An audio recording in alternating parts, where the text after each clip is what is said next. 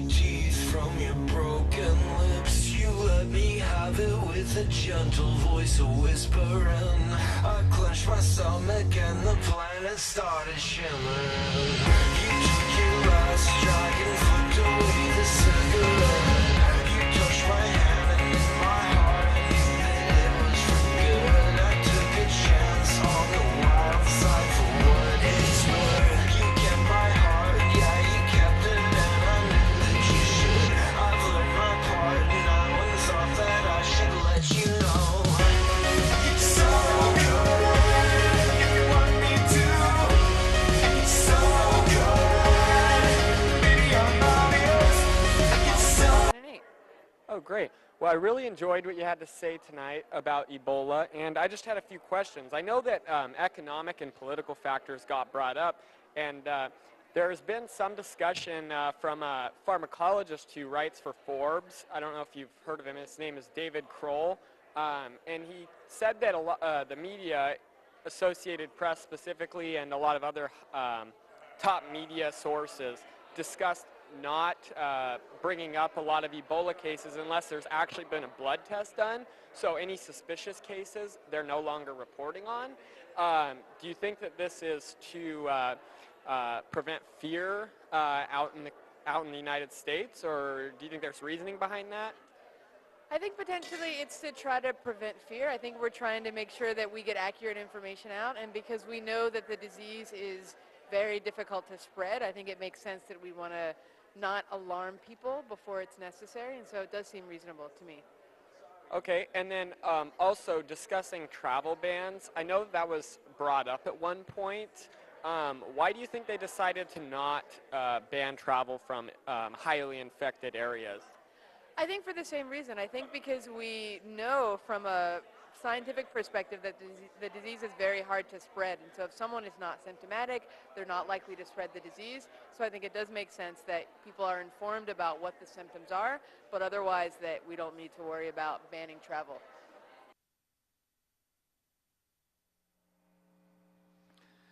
That was awesome. You know, he's only 19 years old and he's putting out that kind of material. That's pretty good. Yeah. And so, anyways, I'd like to go on to our next subject, bring Michael up, our guest. Michael, would you like to come up here? Our second Michael. So Michael's the chairman of the board. Good, Michael. Good to see you. Good. And he's the chairman of the board at FETV, and very knowledgeable in just the arena of like the upper echelon, the Illuminati and so forth, and just kind of the behind the scenes of, what would you call it? Well, maybe get to what I want to talk about is, as a young man, I was out of college and I was trying to figure out how the world works. And I knew from high school, I actually read the story of the Rothschilds. So I knew that here were this family, great amount of wealth, and I saw them that they were financing both sides of wars. They had the power to bring or take kingdoms and destroy them. And I saw that they had quite a bit of influence. So I knew that. I knew that was happening back in the 1800s. The question is, was it happening still today? So, and when I said today, this is back in the 1970s when I was investigating this. So what happened then is, and you might remember when President Carter got elected president, there was a lot of interest in the fact that Carter, out of something like 22 appointments, 19 or so of them belonged to an organization known as the Trilateral Commission. And a lot of people were wondering, okay, here are these wealthy people belonging to some international group. The Trilateral Commission basically is a secret group that was basically uniting European, Japanese, and American interests. And so the question was, you know, how influential was that, and was this significant? So I started digging into this. My fundamental question was, as I looked through history, I was trying to figure out, was history just a series of random events, or was there a pattern? And when you go and you start studying something like the Bolshevik Revolution, which brought down and created the original Soviet Union, what we see is an interesting interlock of organization that you see it in, we go back to Karl Marx's writing, he's talked about the downtrodden rising up and overcoming the masses, and, but it never ever worked that way. It was always from the top down. But you look at the organization, you start with Jacob Schiff giving $20 million to Trotsky, which was admitted by his family. Trotsky takes that, the Warburg family arranges the SEAL train going through Germany. You see money coming out of Scandinavian countries, and you look at all these funds were funneling in to bringing down the Soviet Union, or bringing down Russia at the time. So you see this, these kinds of events in history, and you see it wasn't just this spontaneous uprising in the Soviet Union, or former Soviet Union. So you start asking the question was, okay, I see that there had to be, in order for an event like this to have come about, there had to be some central managerial directing body that was coordinating all of this. And that became my interest. I was trying to figure out, okay, I think there's somebody controlling things. If they are, who are they? And not only who are they, what are they doing? And probably more important, I think that, and I'm not sure I have the complete answer, is why are they doing this? I have some speculation about that. So one of the things that I wanted to do is, in 1980, I happened to meet a gentleman by the name of Norman Dodd, and he's actually fairly well known, and I wanted to basically talk a little bit about him and what his journey was. Yeah. Can we pull that up on the screen, please? So what happened was I came in contact because, as I said, I was always trying to find out, in those days, people were using the term they. They were doing this or they were doing that, and nobody really had an answer as to actually who they were. And you hear terms like the cabal, the Illuminati, and a number of things that people use today to try to figure out who are they, who is basically behind this. Well, I had heard through my contacts that this Norman Dodd had some idea as to what he had concluded. And I ran into somebody in Portland who was a gentleman by the name of Ron Sunseri, who I've lost track of, and if anybody out there knows Ron. What was his last name? Ron Sunseri, S-U-N-S-E-R-I. Okay. He was a representative in the House of Representatives in the state of Oregon. Later, he was also worked in had a missionary position. And, but I've lost track of him. But what I did is, in 1980, Norman Dodd came to Portland. I had an opportunity to meet with him. And I started working with Ron, and I transcribed. I have a thick notebook, it's about 3 inches thick, of transcripts, of tapes. And some were lectures, some were private lectures, and there are private discussions, and some were public lectures.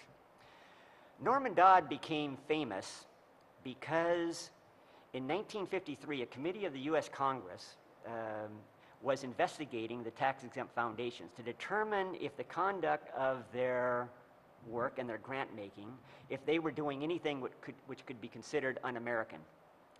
And so Norman Dodd was appointed the research director. There was actually the counsel to this committee that didn't want to come to Washington, so he brought Norman in. And Norman basically knew the story in advance. He kind of knew what was going on, and so they brought him in. And he started doing the research, and also he was a good researcher. He also brought in he had some contacts, so he brought in one of what he thought was a really good intelligence officer. And actually, when they brought that intelligence officer, that sent up some red flags. People knew that he was getting into some heavy things. But maybe I should go and give you his background. Here was a gentleman who was born in 1899, educated at Andover, a private school in the East, graduated from Yale and went into the world of finance, and found himself in the 1920s working at Bankers Trust, which was one of the Morgan banks. And he became somewhat critical of how they were doing some of their investments. Basically, the gist of it was, if somebody invested $1 and they found that the dollar was worth $10, he thought their responsibility was to maintain that $10. But the bank thought, well, we just need to make sure they get their original dollar back. So he had some questions about how they were managing, and few weeks after this presentation, he gets a call. And he's called into a vice president's office who was in charge of all the trust funds that were held by that bank. And in on his heels came Henry Morgenthau Sr. Henry Morgenthau's son was later Secretary of Treasury. Was that J.P. Morgan? No, Morgenthau. Morgan. Yeah, and then Henry Morgenthau Jr. Basically was under Roosevelt, was the Secretary of Treasury. Oh. So this individual comes into this office and says, "Sir, as you know, my family has 7 trust funds in this bank." And by the way, this is September 1929. He says, "As you know, my family has 7 trust funds in this bank. As you know, I have the power to see how those funds are to be directed, and I'd like at this time to see that I'd like to direct these funds as I see fit." And it was agreed that he had that responsibility. And he said, "What I would like you to do is take all of these trust funds that are held by my family and liquidated all of the stocks and invest in U.S. government bonds." And later he said, "And I can assure you I do not wish you to touch that investment until I instruct otherwise. And I can assure you I will not do so for at least 15 years. And Norman, of course, realized he was there because it was his job to carry out these transactions as a junior officer of this bank. Well, as we know, a few weeks later, the stock market crash. The stock market came down, and it was very interesting listening to somebody talk about it from somebody who was there, and he talked about people that he looked up to as like father figures. Remember, he's 30 years old at the time, and he's looking up to these people, and he said, there were suicides, people were just breaking down. The management basically went into disarray. They didn't know what happened. And amidst all this turmoil, they came to him and they said, "Norman, what should we do?" And of course, he's thinking to himself, "I have no idea what to do." But he said, "I did manage to tell them what was on my mind." And he said, "Gentlemen, you can take this as proof that there's certain things about banking which you know nothing about, and if I were you, I would go and figure out what that is. And then once you learn that, act upon it." And he turned and he left. Well, a couple weeks later, they call him back and they said, "Norman, you go find out." So that led him on to this path to try to figure out what led to this collapse. How was it? And he knew basically he had to figure out what did Henry Morgenthau Sr. know, and he said he couldn't just go ask him. So that led him into this, this whole journey of really uncovering and trying to understand wealth. And you have to realize his background, and he went from the bank. Later, what happened was he did his investigation, came back 2 years later, and made a statement to the bank. And he said, "Gentlemen, here's what we basically need to do." And what the results were, they said to him, "Norman, what you're telling us is we need to return to sound banking."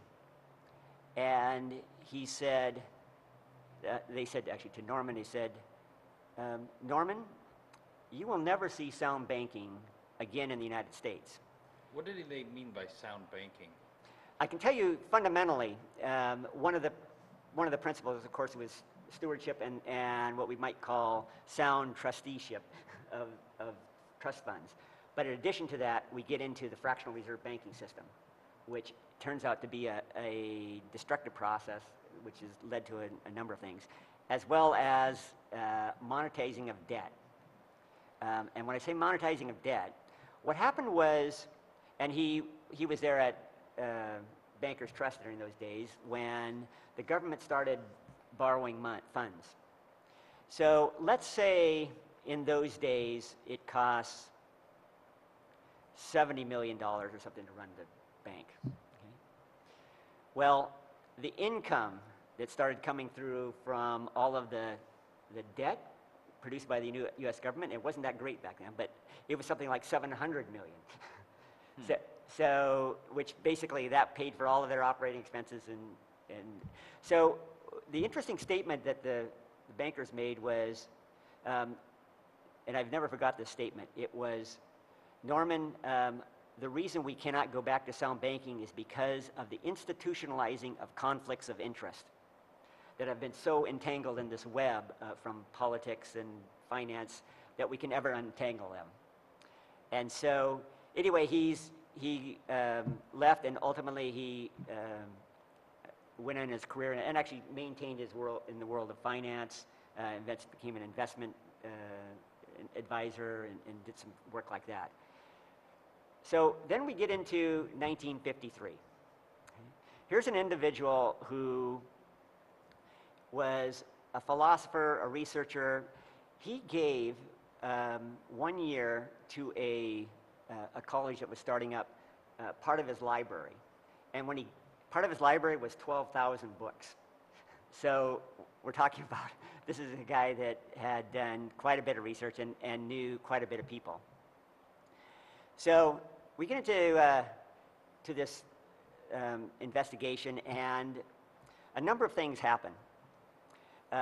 Now, when I start talking about this investigation, it's the large tax-exempt foundations. And in those days, and we look at, they look at something like 7,000 tax-exempt foundations that existed.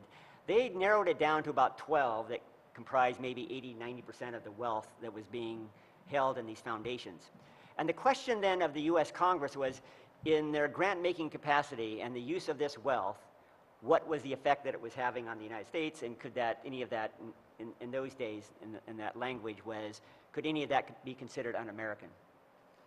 Well, so what happened is they identified these 12 foundations. We're talking about the Rockefeller Foundation, the Carnegie Endowment for International Peace, the Guggenheim Foundation, et cetera, these large foundations. Well, he first goes to the Ford Foundation.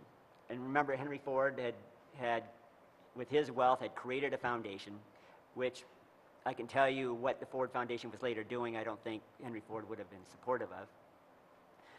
So he comes to Rowan Gaither, who was then the head of this foundation. He meets in his office, and he said, Norman, I thought perhaps off the record you might tell us what the purpose of the U.S. Congress is in investigating these foundations. And before he could finish, he said, I think maybe you should know that those of us here at the policymaking level of the Ford Foundation have learned to operate. You know, many of us had experience with the OSS during World War II, and also the European Economic Association, and we learned to operate under certain directives which emanate from the White House. Would you like to know the substance of those directives? And he said, yes. And he made this statement. This is one of the things that he's well known for, as his statement, and that was, the substance of our grant-making capacity is to create grants such that we can so alter life in the United States that it can be comfortably merged with the Soviet Union. And at that time, Norman said he was about ready to fall off his chair, but he said, well, in light of that, many of your grants now make sense. I can see what you've been doing, and it makes sense. And you are legally entitled to do that. But I don't think that you are entitled to withhold this from the American public to whom you're beholden for your tax-exempt status. Why don't you just tell them what you told us? And he said, of course, we'd never do that. And he said, well, you've answered the question that basically what we're doing here with the United States Congress is we're now trying to investigate to find out what you have just told me. And so they began through this journey. Now, the second most interesting foundation that they went to was the Carnegie Endowment for International Peace. And you think about that name, and it's kind of interesting because this foundation was founded by the wealth created by the Carnegie family. And the Carnegie Endowment for International Peace was formed in 1906. And what happened was he goes to the board, and the board said, well, in 1948, with the Senate ratification of the UN treaty, we now have deemed our mission to be complete, so we turned a lot of our old historical records have been put in a warehouse in New York, and if you want, you can go look through our minute books. We'll give you a couple weeks if you spare a member of your staff.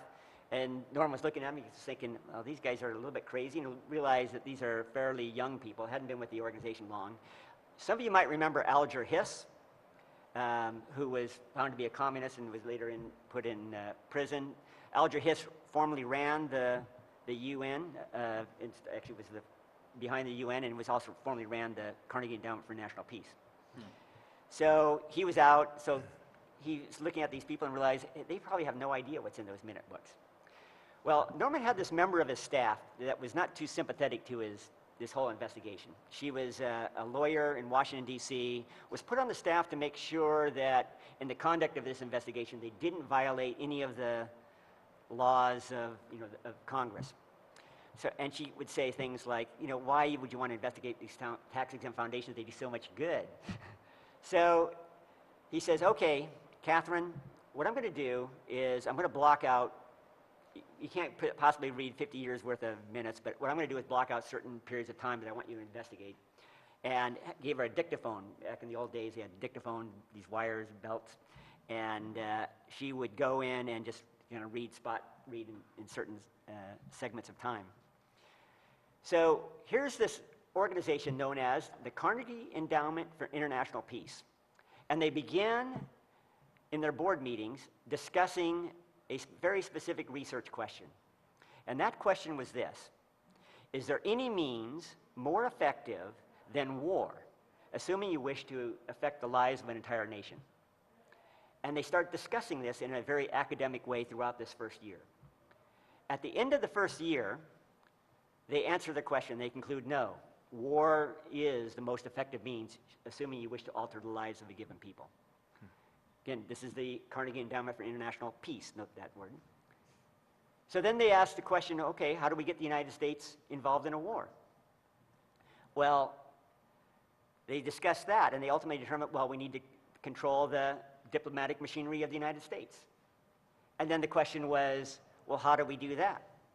And they ultimately determined, well, in order to do that, we need to control the State Department. And that fit in with this, with some other investigations that this committee did, and they learned of an organization known as the American Council for a Learned Society.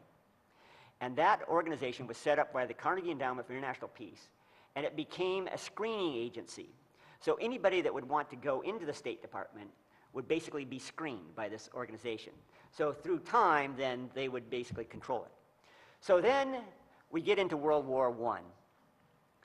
And in their minutes, they're saying how excited they are because they can already see the changes, basically taking the United States away from this isolationist perspective and trying to create a different view and a different American culture. So they were congratulating themselves. In fact, they had the brashness to send a telegram to Woodrow Wilson warning him not to end the war too quickly because they could already see the positive changes that were occurring. So then we get out of World War I, and they're congratulating themselves, and they see all these wonderful changes, and they said, well, how do we prevent the United States from going back? And they decided, well, in order to do this, we need to control education. So they said that's too big of a task, so what the Carnegie Endowment for International Peace does is they go to the Rockefeller Foundation, and they make a deal. They said, well, what you'll do is the Rockefeller Foundation will control those areas of education that are domestic in nature, and we will be responsible for those that are international in perspective. And that was agreed. And so then they discussed, well, and it was agreed between both the foundations that they need to start working on the control of history. In fact, it's kind of an interesting quote that Orwell made in 1984. He said, those who control the present control the past, and those who control the past will control the future. So you can see they started looking at how do we control history. So they then go to the top historians of the day. There were like 4 of them, like Charles and Mary Beard and some others. And they said, okay, well, would you teach history to this perspective? And they were turned down flat. So they said, well, we're going to have to get our own historians. So they go to the Guggenheim Foundation.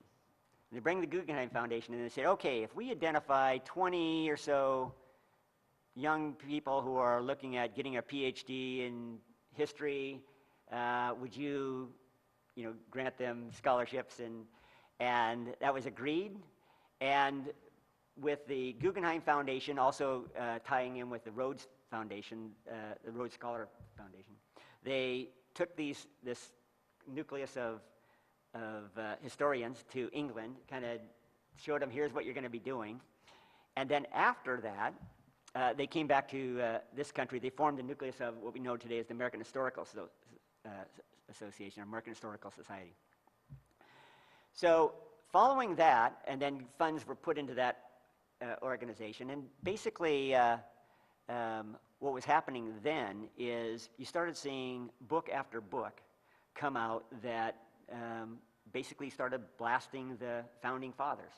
And a lot of we were basically teaching history from more of a British perspective.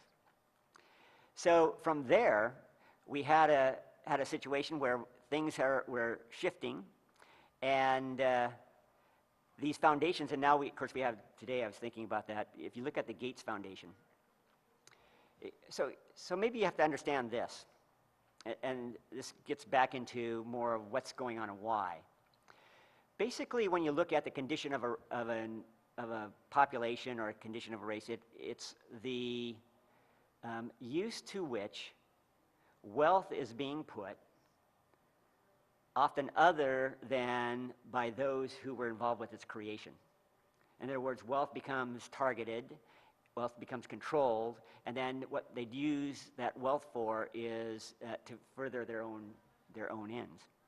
So it's kind of interesting to look at Bill Gates founding the Gates Foundation, and you look at some of the things that they've been involved with, which I'm not particularly pleased with all of the things that they've been doing. But you look at, now we have this huge amount of wealth that was created with Microsoft, and now what we're looking at is what is the purpose and use of that wealth. So, you have a question? Well, I'm going to throw out there, I know what they're up to now. Yeah. But genocide, basically they're population control. Population control would be one of them. If you look at, trying to get at why, that's always the interesting question, and I don't know if I can give you, I have speculation, so I can tell you, here's what I think. Okay. But I can tell you, yes, they are interested in population reduction. In some cases that might be good, but the way they are going about it is not necessarily, I wouldn't consider this necessarily, the way they're doing it I would consider to be evil. What are they doing? So we could go through natural population reduction, voluntarily and through defined programs, and for example, limit birth during certain years and that kind of thing. We could do that naturally. I don't think they believe that will happen naturally. So then we're looking at how would we bring about a reduction of the population, and they can do that through war, through viruses, which is one of the reasons for biological weapons and some of those other things which could also be used on the population. So there is an interest in systematically bringing down the population. When you look at what is their end game, it would be to create an elite group that runs the world with a minimal race of people to carry out. It sounds like if that's true, they already kind of have that, if they've been running it for the past Yes. 120 years. So, in the course of this investigation, Norman gave a presentation. Actually, the American Civil Liberties Union asked him to talk to a group of executive secretaries involved with these different foundations. And they had a right to know. They wanted to know if in this investigation would it interfere with any of their standard activities. So he's talking for perhaps 30 minutes, and somebody comes by and they put a note in his hand. And he reads the note, and it said, "Meet me at the bar of the Mayflower Hotel in Washington, D.C." And he just dismissed it and went on with his talk. And after this presentation that he gave, the gentleman from the ACLU came up to him and said, I know you received that note, and I would meet him. I think it's somebody you need to know. He is the most powerful lobbyist in Washington. And so Norman said, okay, I'll go meet with this gentleman. And so he does. He goes to the Mayflower Hotel in Washington. In fact, when I went on vacation to Washington, D.C., I stayed at the Mayflower Hotel and went to the bar where they met just to see what was going on. But anyway, he finds himself in the presence of as he described it, a very cultured, learned individual, in his words. The gentleman was, his name was Herman Adelsberg. He was and introduced himself as the head of the Anti-Defamation League of B'nai B'rith. And what happened was this individual actually represented some very powerful individuals and what he claimed was the 3 most powerful men in the country at that time, back in the 50s. And Norman was sort of a curiosity. You got to remember, here's somebody that came out of the banking world. So all of these people, how could somebody from finance be against what they're doing? You know, so they began to talking, and Norman was very, inquisitive, very interested in what he was doing. When he said what organization he belonged to, he said he acted like he didn't really know much about that, and asked him more questions about it. And so over time, in this conversation, he began to pour out some very relevant, interesting insight. And he made this statement. He said, Norman, and he used the terms we, he said, we have amassed so much power that power will ultimately destroy us. Unfortunately, if it destroys us, it'll destroy everything else in the country. And he said, as we get closer to our goals, and I think this is what's happening, as we get closer to our goals, we start coming to the surface. And it becomes easier for someone to pick up the pieces and follow the trail back to our doorstep. So they're being more exposed. Mm-hmm. Okay. But he said, Norman, we think we have enough power to prevent that from ever happening, but we're not sure. And he said, this is our problem. And Norman, being the congenial guy, said, well, if I find anything in my investigation that can help you, I'll be sure to let you know. And that was agreed, and they left on good terms. And so later on, Norman was called to testify and gave a fairly objective report. But he did mention this organization. He wanted to find out if there was any flack. This organization, most of the time, it's known, the anti-defamation is usually known for stamping out anti-Semitism.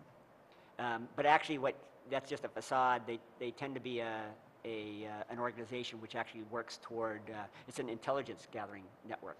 And that came out because he was told that Norman people will be called to testify, and I can tell you and assure you that no one will be called that you could call to testify.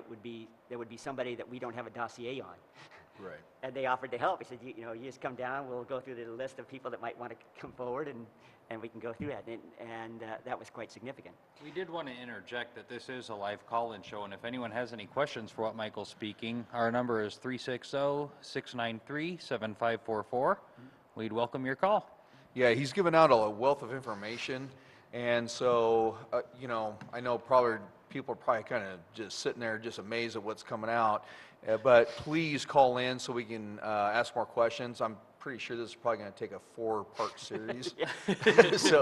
But I want to ask you a question. Sure. When you say un-American, what were they gauging it by as un-American? Well, that was kind of an interesting thing. In fact, he said they really didn't have a clear definition of what they meant by un-American. But I think you could put it in these terms. Look at what were the fundamental principles that led to the foundation of this country, and were these, let's say, against the greater good? And when you look at, was it destructive to the United States? Obviously, if we're using grant-making capacity to merge the United States with the Soviet Union, we're probably not considered to be pro-American, especially during we got to remember this is Cold War days when we were talking. So about anything going against the foundation of America was anti-American. Mm-hmm. Back in remember at that time we were afraid of communism, and you remember that's about the time Dodd knew McCarthy personally, and he knew he was being set up, and knew what was going on. There's a lot when you get into the whole McCarthy thing. Certain intelligence came forward that there were certain spy rings operating within the executive branch of the U.S. government. France and Britain also had that same intelligence. France went in and cleaned house and basically found these spies, got rid of them. We had that same intelligence, but it was, and this is what prompted the whole McCarthy thing. And I think today people think of it as a witch hunt. there was something going on behind. There was more to the whole story. But we never did uncover. We knew that we had intelligence that said there was a spy ring operating, but we never uncovered them. There was a lot of resignations. You know, when you might remember there was a list, but The Hollywood blacklist and yes, such. but also within government there was something like I don't remember. I think it was a couple hundred, and a lot of them resigned when those came out. And I remember, you know, seeing as a young man, we saw the film pictures of McCarthy, and it looks like he's just a kook and whatever. But he said he was set up. And ultimately, by the way, what I'm telling you, if this came out in the committee, this would be a whole different story and probably a whole different world today. But ultimately, it got shut down. And the individual that he claimed shut it down, well, I can tell you he's an instrument, but it was William Casey, who later became the director of the CIA under Reagan. And Casey was head of the Republican National Committee. He put pressure on, I think it was Wayne Hayes back in those days, and basically disrupted the sessions, and then ultimately they got the thing shut down before all of this stuff came out. Basically, all the United States Congress had to do was subpoena the minute books of the Carnegie Endowment for International Peace. The whole story was there. It was written down. All they had to do was bring that information forward, and you could see here's what's been happening with the use of this wealth. And why didn't they? Because of you got to remember, so that's the battle, and evidently they had enough power to prevent someone from bringing that forth. But it's been interesting, as you remember, I was studying this in 1980, and so back in the mid-'80s or early '80s when I was going into this, and here we are 30 years later, and it's kind of a whole different world today. I can tell you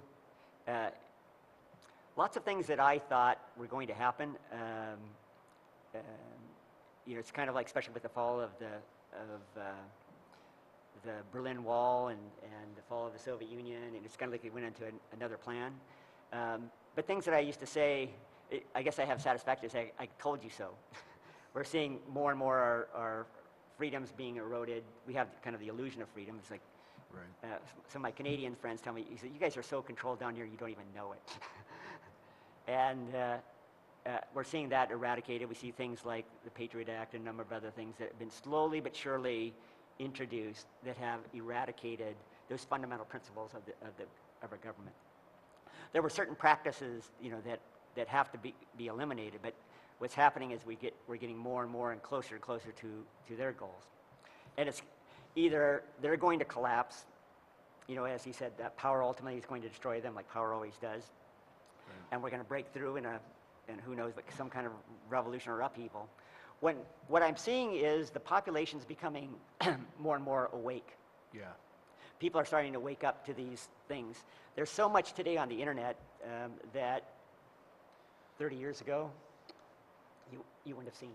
Well, nobody even knew about the Bilderberg meetings, and now that's absolutely huge. I guess we have a call. Yeah, so wait one second here. We have a call? But yeah, but the Bilderberg meetings, just them being exposed is huge. You know, more and more people are gathering at their meetings and exposing them. So yeah, it sounds like we've got a phone call. Okay. Sure. Hey, caller, you're live on the air. Hey guys, this is Jesse from the Whisper Room. Okay. So I had a question myself. Okay, go ahead. Okay, so what I wanted to know regarding to the founding fathers and the way they kind of structured our government and kind of built us in a specific way. They had a vision. And do you think with these groups who are out there, who are manipulating everything behind the scenes, do you think we're slowly going away from that plan, what they had originally intended? Actually, yes. And you know, I have to go back to some of the things that Norman Dodd talked about. He talked about a natural order, and basically a structure of society, government, and the relationships of all of these different elements that make up a society, such that that society would be able to live in perpetuity. In other words, live forever. How would you make a stable kind of civilization? And when he looked at this model that he had worked on for many, many years, and he looked at the foundation of this country, that was an ideal time when things were in place. We basically had a clean slate. We got away from all of the baggage of the European community, and we started fresh. But what he said was, starting with the ratification of the United States Constitution, they have continually worked to eradicate it. So let me give you a simple example. Let's take this tripartite structure of the government. And what I mean by that is we have the three parts. We had an executive, legislative, and judicial branches. And think about a triangle. And you think about that triangle as being one of the more stable forms of a structure. From an engineering standpoint, I call that a truss. So we have this structure of government with checks and balances. So one of the things that they did is they introduced something called administrative agencies as a fourth arm. So we started getting things like OSHA and we get into all of these other organizations.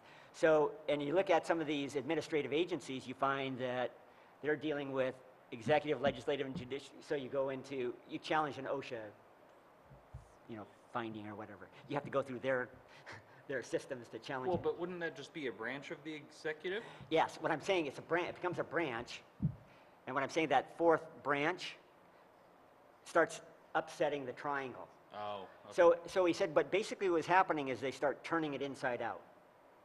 And so the form of government today isn't completely different. Now, of course, we went from promoting the general welfare to providing the general welfare. And we started slowly introducing different ideas into our society, and of course then controlling education and all of those things that have kind of upset the foundations.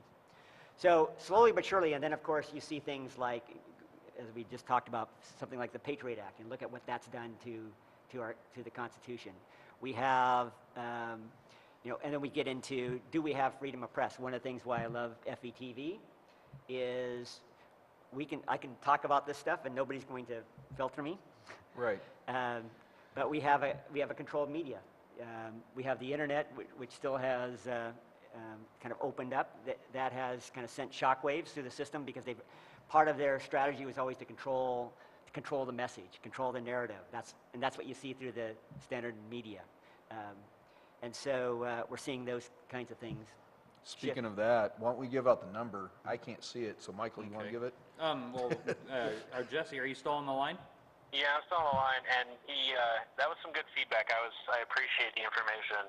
Very enlightening. All right, thank you, sir. Yeah. Thank you, Jesse. Bye. So our phone number is 360-693-7544. If any callers out there want to call in. We got Michael here, and we're going to be bringing up our next guest here in just a minute. But Carol, do you have a question, our co-host? I do.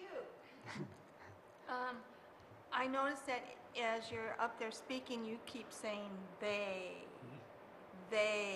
You said they turned it inside out. Well, as we know, you also mentioned the Patriot Act. A lot of people do not understand that the Patriot Act disconnected our legislative branch from the Constitution. And I don't know if you know about what's happening today with Obama signing or making that immigration, forgiving those 5 million or something people. People are very upset about that and calling him a tyrant and a dictator. This is an article I read. So now, doing those kinds of things and being unhooked from our Constitution, one, how do we get our Constitution back? And who are they? And as you've gone through this research, how have you been able not to fracture yourself? How have you been able to stay stable and together knowing all of this information? Oh, there's a number of questions. Well, I suppose I should answer the question, and again, I was honoring Norman Dodd, who, by the way, who passed away in about 1984 or 5. I will tell you who he claimed was they. And this is something you'll never read in any books. You will not have heard this anywhere else. And so I will give you what he described. And I don't know if it's the complete they, and I'll give you some other insight after that. But let me tell you what he said. And this is actually why I tracked him down. I was trying to find out who he thinks they are. So what he claimed was, historically, you have to go back into, for example, the 1600s. And he said, if you look at Amsterdam, and the Rhine River comes out through Germany and comes out and exits into Amsterdam, there was a tremendous amount of transportation and shipping that occurred in that area. And he said at the time that the House of Orange, which is the monarchy in the Netherlands at the time, amassed the largest consolidation of private wealth that the world had ever seen. And what happened, of course, is, and you may know this, that William and Mary ascended to the throne of England. They were from the House of Orange. Shortly after they became king and queen of England, then the Bank of England was formed. And what happened was, there was a entity. It was actually a large holding company in Belgium. It no longer, I think it's been bought out. But this holding company was known as Société Générale de Belgique. It was formed 150 years ago, and it basically operated, it controlled something like, 40% of the Belgian economy at one time. But that organization was a facade. And he said behind that was a group who controlled the wealth. Now, he later ran into a gentleman who worked for G2, which is Army Intelligence. And he said, well, maybe you could tell me who you think this is, who are they, to answer these questions. And he said, well, I believe the center managerial directing body is the directorate of a holding company in Brussels known as Société Générale de Belgique. And so this gentleman was like shocked. And he said, sir, do you realize how right you are?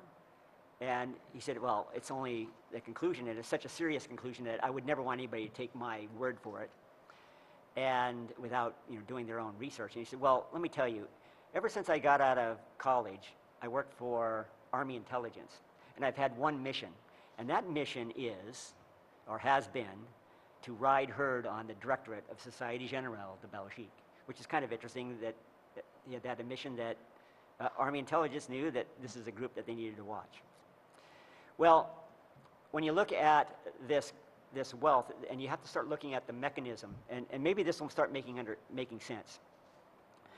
When you look at, as I said, I think earlier, is that when you look at the condition of a people, and you look at the use of wealth, and the use of that wealth and what that wealth is being put, that will affect the society. So the plan has always been for this group is to control the use of wealth. And what they will do is they will earmark certain areas of industry, or, for example, in the banking world. When we look at the Rothschilds, a lot of people think that they were at the core, but I can tell you the Rothschilds could be considered franchisees to control the banking in different countries.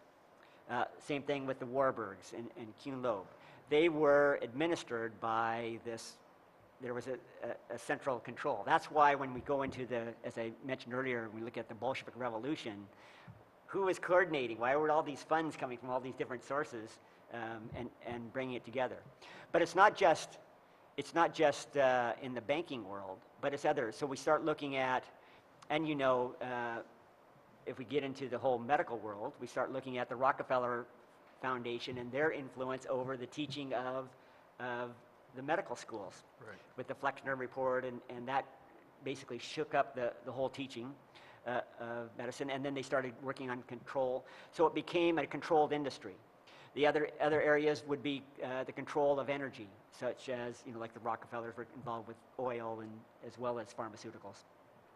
So, so that what they do is they earmark certain things, and that's why I think Gates now goes along with their program, is because that wealth was earmarked. He met an individual in 1939. He had a group of people over to his home who was, and he was making it a presentation, basically talking about, well, he said it was the natural order, and this gentleman, there was 4 gentlemen there, and one who had showed up who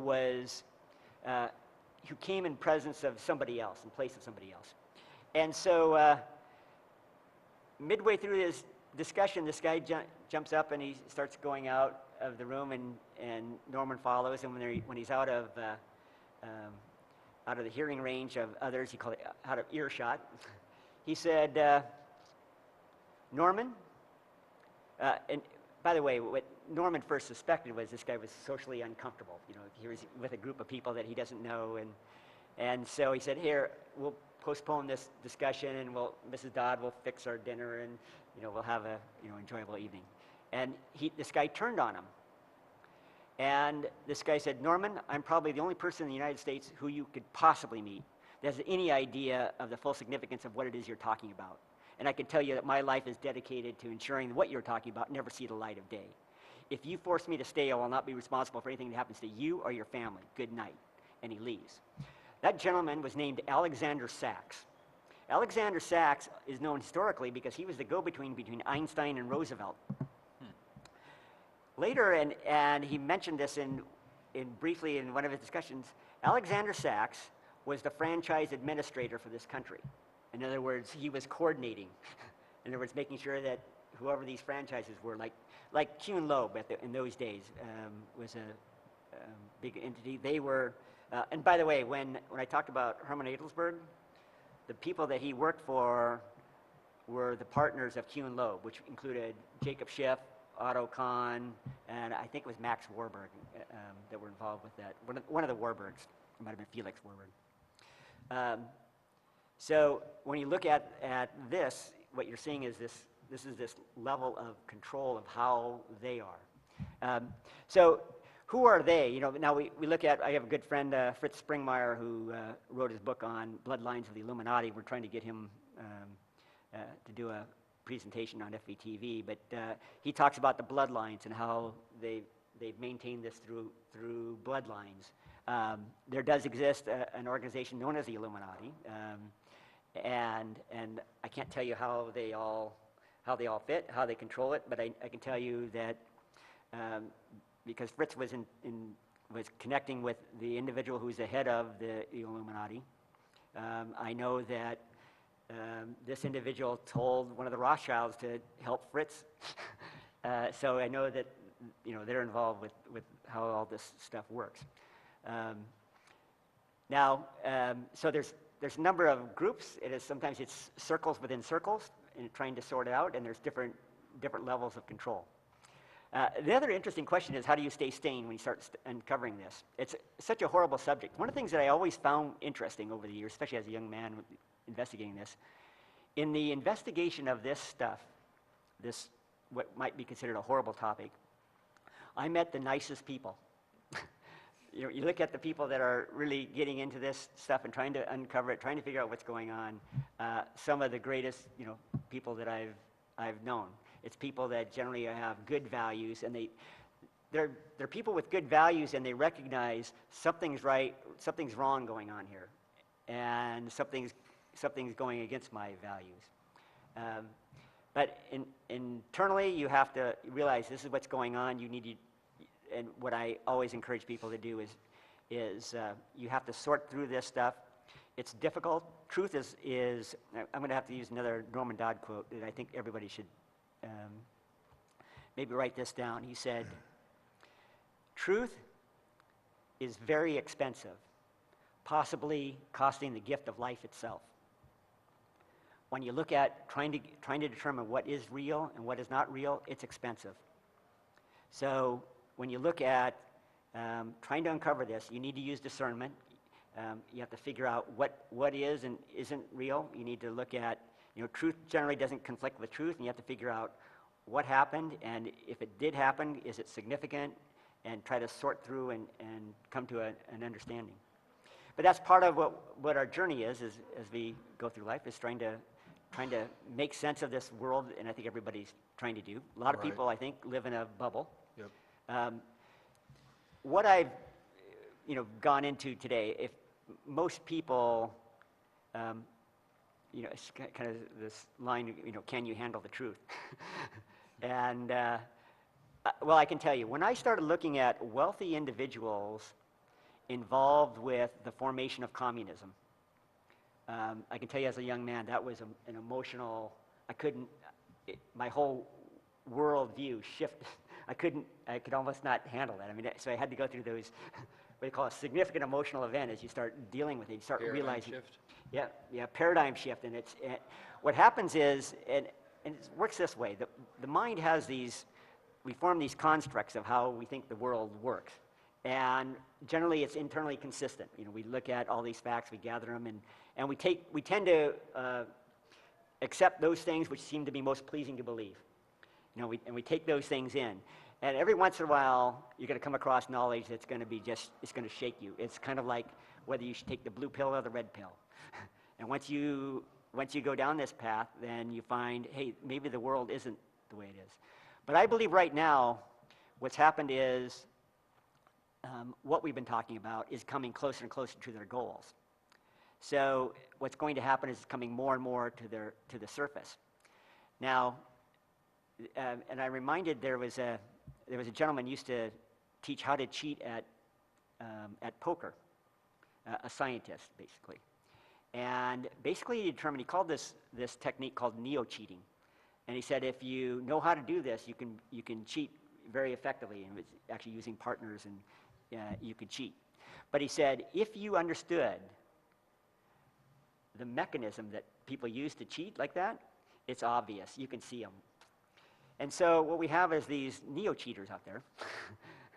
And as we start understanding and gaining knowledge, they can't pull this stuff over on us. And so that's part of what we're doing with our journey, is we're learning, hey, we have to understand, hey, this is what's going on, and it becomes obvious. You can kind of see. This stuff starts coming on the news, and hey, I don't think this makes sense.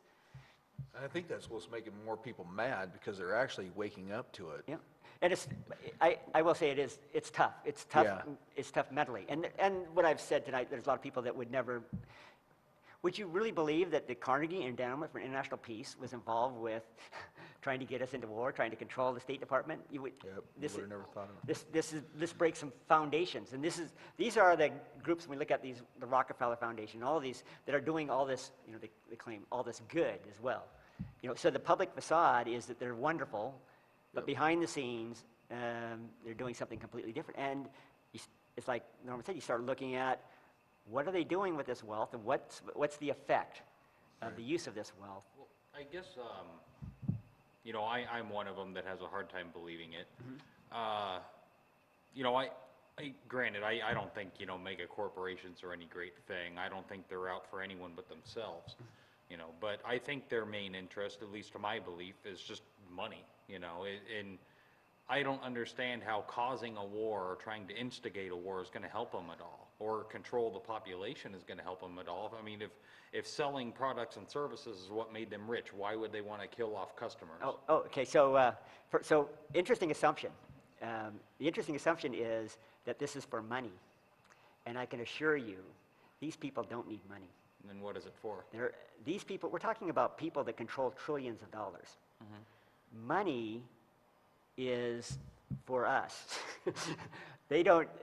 These people are so far beyond the need of money. We're talking about multi-billionaires. And they have more money and wealth than they could possibly spend. Yeah, I heard the Rockefellers have enough money to supply everybody in the world a house, 3 cars, medical, food, for something like 30 years.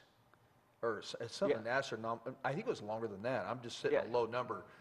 But they could supply everybody and still be okay. Yep. Yeah, so there's something else behind the scenes. So what do you suppose that they're trying to do? Oh, I mean, or what is their goal? Like world domination, but to what end? Why all the trouble? All right, so I have struggled over the years trying to get into their mindset, trying to figure out what is it that is motivating them. And you have to realize, and Carol always likes to say that they're psychopaths, but I think many of them think they're creating this utopia on Earth where they believe that they actually think in their twisted way of thinking that this is the ultimate, and they think the ends justify the means. But they want to create, it's basically control of the world running under their program with basically what will ultimately be a slave class and then an elite class. Well, that's interesting. We need to bring up our next guest. We're running out of Yes. time here. Oh. And I want to bring Michael up, but Michael's still going to be here. The three amigos are going to be here. Amigos. Be four amigos Yes. with Adrian, Yeah. but three Mikes will be up here. Michaels. But this is Michael, Mr. G, Mike, nice seeing you. and he's a good friend of mine. Good to see you, Michael. Yeah, fascinating. Michael. We can get back to this here, but we just want to bring you up here in case you have some questions also. And I got all kinds of questions, but that would take about 3 nights. well, I love that stuff.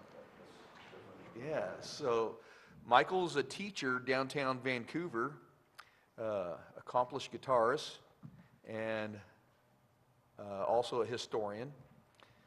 I love history. Every year it becomes more of a relic. So. Can we get a microphone on?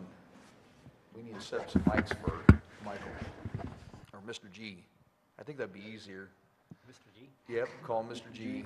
G Well, and G. what's your last name, or do you mind saying? No, I don't mind saying. It's just, it's almost the alphabet. It's Giamateo. Okay. So, yeah. Took me a couple years to learn how to say it. What origin is that? Like nationality or Pretty Italian, Okay. yeah. And so G's a lot easier to remember. When I was teaching in public ed, it just became Mr. G, and so Mrs. G suggested that I just name my school of guitar Mr. G School of Guitar. So a lot of people might think the G stands for guitar, and that's okay too. But yeah, I'm not a performing artist. I teach. I'm a Yes. teacher. But You are tonight. I play. I love to play. I can play little snippets. I can talk a little bit about, I guess, what I do when I'm working with a student. If you have questions, am I supposed to talk into the mic, or is? Yeah, that's a directional mic, so it should pick up whatever you're. All right. yeah, So whatever if you're I look at saying, you you're guys. fine. Yeah, you can talk to us. All right. You should be fine. But thanks for this opportunity. This is They great. said it sounded good. So, Yeah. this is so cool. what's your passion? Teaching. I love teaching. I love watching the musical voice in a student grow. I like when a student first kind of gets that they have a musical voice inside. For some reason, most of us, when we start to play an instrument, have this kind of false agreement that we have to sound exactly like whoever we're trying to play like what we hear on the radio or on our iDevices before we can play for anyone. But if it's a language, which there are aspects of music that are very similar to a language, and so I use that approach. I'm very passionate about that, understanding the language of music and helping others to see that. Then the way we start talking, our verbal language is immediate. When we have 30 or 40 word vocabulary, we still say what we want. When you're around little kids, they say what they want, even though they only know 50 words maybe, right? And that's how we get good. And so with music, when I can find a student and, there's controlling the instrument, exercises, you've been through some. And then there's the theory of music, which is the language. So, like with the adults, sometimes that's a difficult thing for them to grasp because they're so used to playing an instrument to sound just like your artist, your favorite artist, or your song. But to have a child who hasn't maybe been exposed to different genres, just whatever's in their home or whatever they're hearing on television or in movies, what is that musical voice, that sound that they have inside before they ever heard music outside? And that's, it's almost an impossible task because we hear music when we're in the womb. We hear music when we're infants. Before it becomes music with the name, a label, it's music. What is the sound that's inside? And so that's my passion, working with all ages, and I teach from like 6 up to, way past retirement age, and the whole range of absolute beginner to somebody who's professional, but they just want to know more about music, or somebody who really understands a lot about music, but they want to get more proficient. So, working with them individually, I'm really passionate about what music means to the student. And then when they tell me what they want, and I can see where they're at, as I start to give them exercises, I can see their natural strengths emerge, and then I can coach that, So I like to see it, and then I really enjoy coaching music. So my music lessons are like a huddle, I guess. And it doesn't take long. If somebody grabs the guitar, if I hand them the guitar and they go like this, I can pretty much see that they've played electric guitar and rock, maybe classic rock. If they pick it up and they go like this, they probably played some kind of folk or soft rock or singer-songwriter stuff. A finger picker would be in this position right here, because you can play so much from this position. So, like for example, a finger picker, like I would do something like.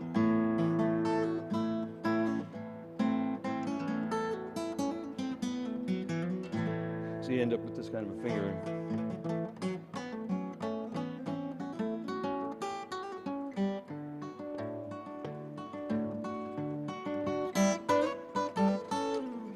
That kind of stuff is.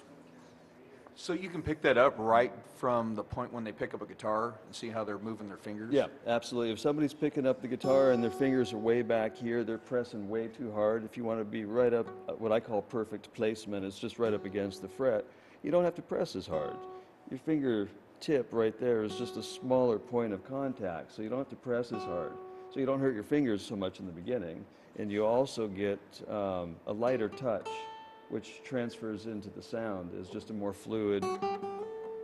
If you're right up against that and you have the lightest touch, then you're a little more free to play what you're hearing in your head, just grabbing those notes. But if you're back here, you can hear players that play back here. They press real hard, their playing can sound labored, and their notes will be flat. Even though the string stops at the metal fret there, when you're back here, you're extending the length of that string, so your note's going to be a little low, but as you lift your finger off, now you've pulled everything flat. So if your chord's back here, it's a little dull. Up here, definitely it'll ring longer. So yeah, just watching how somebody picks up a guitar, knowing that they're stuck in a little small space with the teacher looking at their hands, most people stop breathing, and so we work on that, breathe, and lightening your touch so that way you can check in. It's all about like building neural pathway development to your hands. So there's controlling the instrument, understanding a little about the language of music, and then when you play songs you might have heard since you were a child, or maybe just new songs, the student will start to actually have a music appreciation. They'll understand the structure a little bit instead of just being this kind of ambiguous wall of amazing sound that's unattainable to learn, or just really not even accessible. It starts to actually sound like maybe 2 chords or 3 chords. You can start to hear a melody and a bass line with a chord progression. And so it becomes just this journey, and you can play an instrument or understand and appreciate an instrument, for the next 120 years, however long you want to live. Is it harder to work with somebody that has been playing, just have bad Not at all. What's Habits. difficult are students who can't hear when they're playing something off beat or off pitch. Those are the ones that are challenging. But it's just access. You know, it's just finding whatever that. Sometimes it is like children. Usually, if they, you know, you buy a guitar for a 5 or 6 year old child, they usually just kind of want to beat on it, and that's fine. Just work with them on a little bit of rhythm. You know, self-included. We can all work on on a rhythm. But every once in a while, you know, someone wants to just learn a technique like a blues, you know, and I'll show them like little blues things. But if somebody's like a lead guitar player and I hand them the guitar in the lesson and they come up with single note stuff, then I know it. It's like, okay, you're a single note player. You know? It's pretty telling. So anyway, do you want to ask me questions? Or? I was wondering now, does everybody have some unique music that resonates with them? Yeah, and maybe a lot. I assert it's possibly a lot of us don't know it until we have some kind of an experience. Either the music reminds us of something. Like I was thinking about Baker Street, you know, Jerry Rafferty's song. And for some strange reason, I just had this flashback to when that was on the radio and I was driving a lot in my old Le Mans. And I had blue fur on the dash, and I had a Pioneer stereo, and I'd forgotten that, but I saw details on that stereo just from me playing some of the chords. Doesn't sound really anything like the original version, but it was enough. So music at some point, usually around high school, is just associated with the whole experience. It's just another sensory thing that's happening. So a lot of people at some point, and Rock Band and Guitar Hero, that stuff, really kind of boosted the interest of playing guitar. So a lot of people were showing up at my studio wanting to learn, but the classic rock songs were the ones that were licensed. So they started, you know, of all ages, kids coming in and wanting to know, you know, some Aerosmith stuff. It just kind of blew my mind, a lot of AC/DC and that kind of stuff. But other people, after they've maybe raised kids, remember that stuff when it came out, and they have been looking for whatever that connection is to that music. And so it's pretty thrilling to just start playing like 3 chords, and then you're going, wow, that kind of sounds like the song. You know, whatever they're into. And so it's fun. It's really cool to see that. Oh, I just wanted to interject that if anyone had a question for Michael, Michael number 3, our phone number Mr. G, is 3M. Yeah, Mr. G, Mr. G. Our Mm. phone number is 360-693-7544. It was funny that you mentioned Baker Street. The saxophone solo in that. It was supposed to be a guitar solo, but the guitarist was out sick when they recorded the studio version, so they just filled with the saxophone as a temporary fix, just so they would have the tempo going. Oh, that's cool. I didn't know that. Yeah, and they ended up liking it better with the saxophone and left it in. Oh, it and totally I mean, that's works. the most recognizable part of that song. You know something about that song? Because when I started playing it, one of my students, just about 3 weeks ago, brought his iPhone in and we played it. I completely forgot that when the words come in, somebody's going crazy on the bongos. Through the whole part, I'm going, I never even noticed those were in there. It's almost distracting. No, it's I just want to go crazy. listen. Yeah, I don't recall any bongos. Yeah, I didn't either until I brought it back, but it's just like going crazy. It's right when the words are going on the verse. But yeah, I was in high school. I actually started playing guitar my senior year, but up till that point I was a sax player. I was a horn snob. I actually used to make fun of guitar players, mock us. See what I get for judging, I guess? Yeah. Yeah, I don't know what it was. I just thought, well, everybody can do this. My sister had a guitar, and I thought, that's just so easy. Why would anybody, you know, saxophone takes discipline. But no, they all do. Well, how did you get into the guitar? How did you transition? Kind of an embarrassing story, but my sister had a guitar and I was a horn snob, and nobody wanted me to take my horn to the woods anymore. They said, you know, grab your sister's guitar, and so brought that up there, and girls said, can you play Stairway? And I was like, no, and then they'd wander away, so I thought, well, you know. And that's all I needed to play, and so I just thought, well, okay, I'll go back to my horn. Well, then I saw Santana, and that was it. I just tried to play all that stuff on my horn, and then I just thought, well, I could do that on the guitar, you know. You know, he just like, you does that kind of bending. And so I went out and bought a Strat. He didn't play a Strat, but Hendrix did, and I discovered him at the same time. But I saw Santana, and it was all over. I'd never seen anybody do what he did on stage. He mumbled something in the microphone with a thick accent, and then said, Portland, this one's for you. And he started playing a song. It was Europa. And towards the end, he hits this really high note. He was just sobbing. I mean, like pouring tears and just stomping his foot and sobbing. And I was like the 6th or 7th row back. I just never seen that, caught up in the moment. So, that happens in high school. Sometimes you have a great experience and a song's on the radio. And when you're, maybe 35 or 40 years old and you have a chance, take a guitar lesson because you want to learn that song. Even though the people that wrote that song and performed that song, if they went on tour, they'd have to listen to the recording because they probably don't remember how they played it back then. Songs morph. Anyway, does that answer your question? Yeah. And a lot more. So what song did you woo your wife with? She loved sax, but I quit before we met. About 4 years ago, one of my students wanted to play Stairway to Heaven, and I completely forgot that I'd ever learned it. And so we were on a walking trail, and I just started figuring it out again, going, that's right. And when I got about there, just like in high school, I looked at her, and she was all googly, and I went, wow, it still works. I'm going to play this every night. But no, I do want to hear that. But the truth is, as a guitar player, I would take her out to see superior guitar players and let them do all the work, and then just come home, right? There you go. Anyway. I was just going to say, my girlfriend's a pretty big Led Zeppelin fan, and so am I. Do you know Barney R? Brian, it's an alternate tuning. Okay. At one point, I kind of learned it, but what happened when I saw Santana was I started to play some Santana stuff. And then I went back because I was a huge Zeppelin fan. And then I went back and started listening, and just Page was my main influence then after that.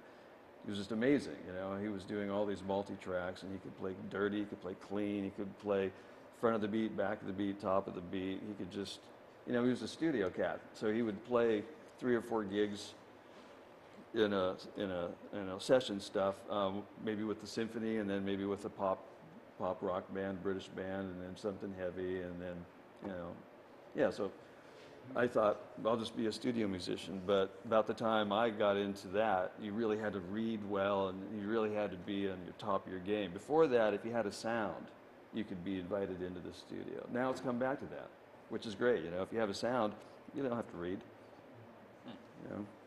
Understanding all of the theory doesn't make anybody a better guitar player. Playing makes us better guitar players, but understanding that theory has us become articulate. We can say what we want, not just what we think we're supposed to play or what's familiar from what we've heard, right? Does that answer your question? No, yeah. And I would love to teach you Bronyar Stomp sometime, but let me relearn it. Well, could you play a song? That's the beginning of it, right? I was thinking the more, there's another one. There's Bronny R. Stomp, and then there's Bronny R., which I think is on... 3 maybe? I think it's on Physical Graffiti. Oh yeah, I love Physical Graffiti. I just play doodles of my songs. They're not copyrighted, so maybe. But this is one I've been working on lately. I wrote this one when I was in high school, laying on my back, looking up at this huge willow tree we had, and so it's called Beneath the Willows. I'm just going to play part of it, but Highway 99 was First Independent Bank, and behind them, or First Undependable Bank, behind them was a willow tree, and I yanked the thing off and stuck it in the ground when I was a kid, and it grew into this huge tree. I think that tree's still there. I should go get another one, another stick.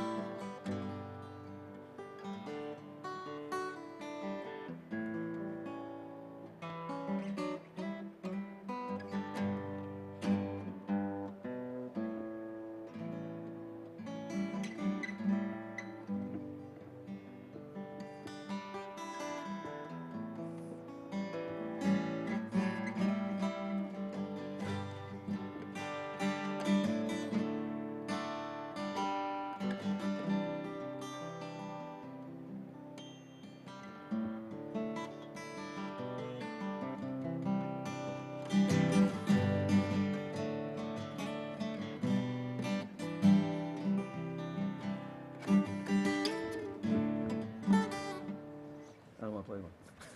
That's awesome. Oh, thanks. Thank you. Am I supposed to get up and leave, or should I stay? No, you stay right here. That is one of my favorite subjects, and I know that you're like on just 1/64th of everything that you could have said or probably wanted to say. There's so much more in there, but that's fascinating. Thanks. Love that stuff. Can't learn less. Well, somebody that has an appreciation for history, that's, I have books that most people would use for insomnia that Yes. keep me awake. I know you know that. yes, You know. yes. Yep. God, what was I gonna ask? Do you, so playing, you know, I don't know what you would call them, traditional instruments, Yeah. you know, ones you have to have some talent to play. Do you have any respect at all for like electronic music, any of that, or do you find it like peasant stuff because you could just type a button and there it is? No, I don't actually, I don't think that I look down on any music. I don't know. I studied jazz, and then I was around a lot of jazz players that just were not comfortable or something, and so it was hard for me to listen to that. But I used to study that, and I loved kind of playing it. I was never that good, but I could tell I could have been. But just like the kind of the consciousness of the people was really competitive.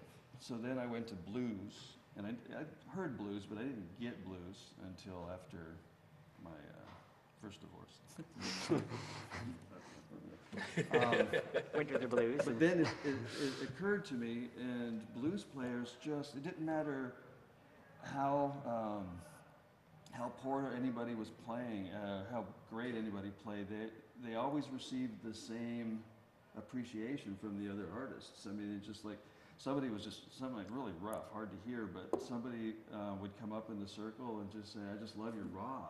You know, it just inspires me how you just play raw what you feel. And so I thought, those are my people. So I started hanging out with blues artists. But the truth is, I have students who wouldn't play anything that I play, but we work together, and they're probably pretty gracious, allowing me to, direct them away from, sometimes they'll play like hard death metal.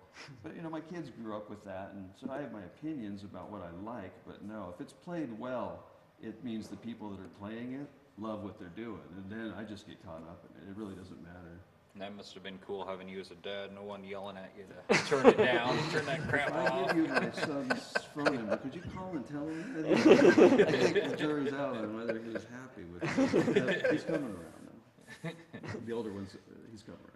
The younger one's about there. But thanks for saying so. I'm really good friends with my second student I ever had, and he's a great player, and we jam together. And he's such a great player as a result of him being really patient with me. Because my first few students that I had years ago, I was a poor teacher. I was really kind of bad teacher. And then I had some paradigm shifts about being a parent over time. But yeah, I wasn't great in the beginning. That's really trying to say it nice. I was probably pretty bad, but thanks. Got the point. Yeah. So Michael, how would people get a hold of you if Oh. they want to have some lessons or Yeah. just come down and visit? And I know the first time I met you, you just kind of welcomed me right in and grab a guitar and sit down. We just started chatting. It wasn't even about Yeah. I remember that. business deal. It was just about, hey, come in, relax, grab a guitar, and I think that's what you're probably doing, see what kind of fingering I was, how I was Yeah. playing.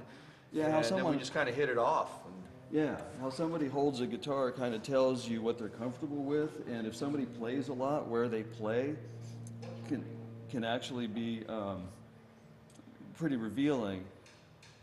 And so I'll look if somebody's using just a couple of fingers and they're sliding up and down one or two strings, then I'll try them, throwing some exercises out, but it's really about controlling 4 frets. And once you can control 4 frets here, you can play all of the chords in one key right here, not even moving your finger really, First finger can kind of stay planted there. 1 chord, 2 chord, 3 chord, 4 chord, 5 chord, 6 chord, 7 chord, and back to the 1 chord. And then you can play all the scales within the 4 frets. That's all the key of D and the D scale. Once you can do that here, then your confidence is the same if you do it up here or here. So when somebody's just trying to do 1 or 2 things with their fingers, then I start just kind of guiding them back to the 4 fret control. And I think that's maybe what we did. I'm trying to remember, it's been a while. It's been like 12 years since I've seen you. Yeah, I think I was just trying to get my pinky to do what I want it to do. Oh, yeah. That thing just wanted to go everywhere. And you know, I'll come up with ideas by watching. A lot of times I have an idea kind of what I want to cover, but it's really just based on the last lesson and what I saw. But it works better if the curriculum's created by assessment of the student instead of what I have and I want them to learn. So I will tell, like some of my players that want to play lead, I'll have them play and we'll go through scales, and then I'll say, forget you have your first finger, take it away and play everything you just did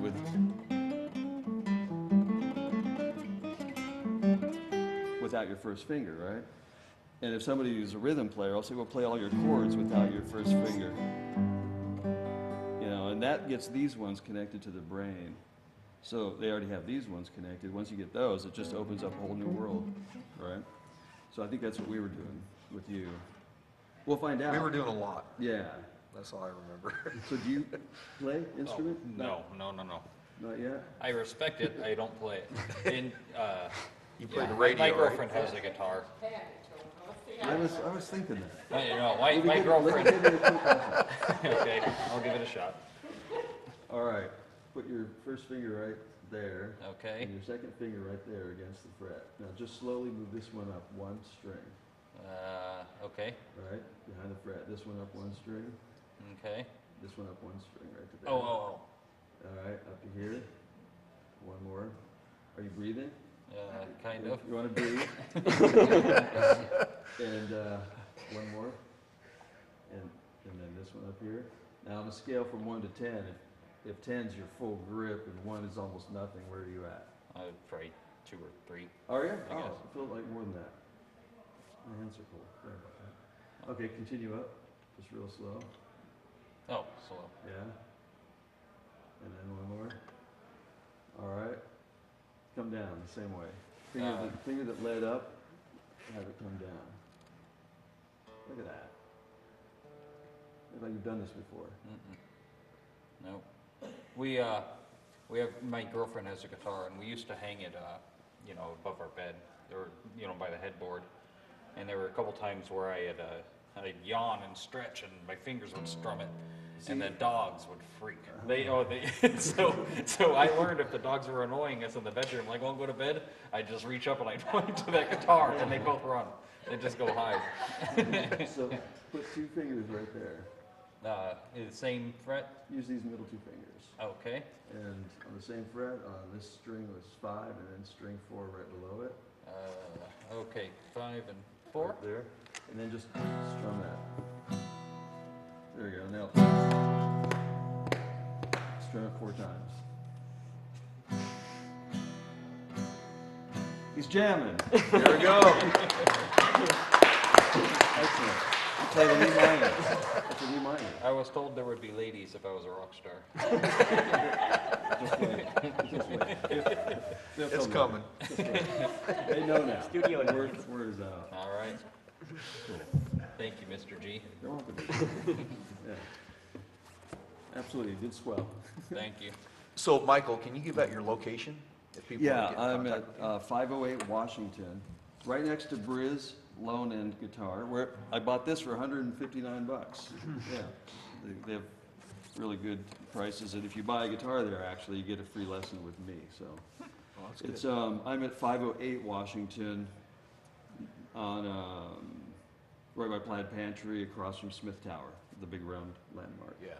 Yeah, 360-852-0562.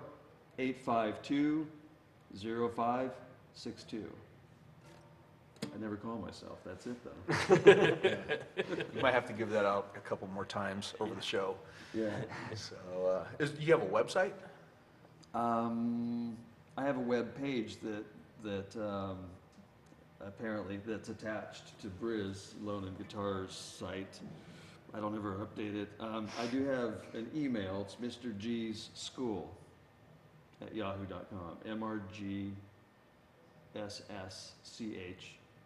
Mr. G's School at yahoo.com. That's about- Facebook page or anything? Oh, that's too modern for me. I'm a, Good man, I hate Facebook. I haven't been in the social media circle yet. I'm still waiting. Wait another 15 or 20 years and see how I See how it feel works. about it. Yeah, I'm proud to admit I just got my first MySpace page. That's a joke. I thought you were going to talk about Smedley Butler and the War as a Racket for a second there. You mean when they were going to take over the? There was actually a coup. Yeah, that's what I thought you were going to say at one point. No, see, I don't know if I can remember the whole story. That was right around, I think it was the 1930s. Yeah, it was wasn't really close. I was thinking 2930, somewhere in there. Right? Yeah, I don't know if people know this in our history, but there was basically a plan from some military leaders to form a coup and take over the country. Yeah, and put in the highest ranking Marine, Yep. I think it was, Yep. right? Yep. Smedley Butler. And Yeah. instead, he Yeah. spilled the beans. Yep, told them, yeah, and they rounded him up. Yeah, Yeah, that's always a fascinating chapter. yeah.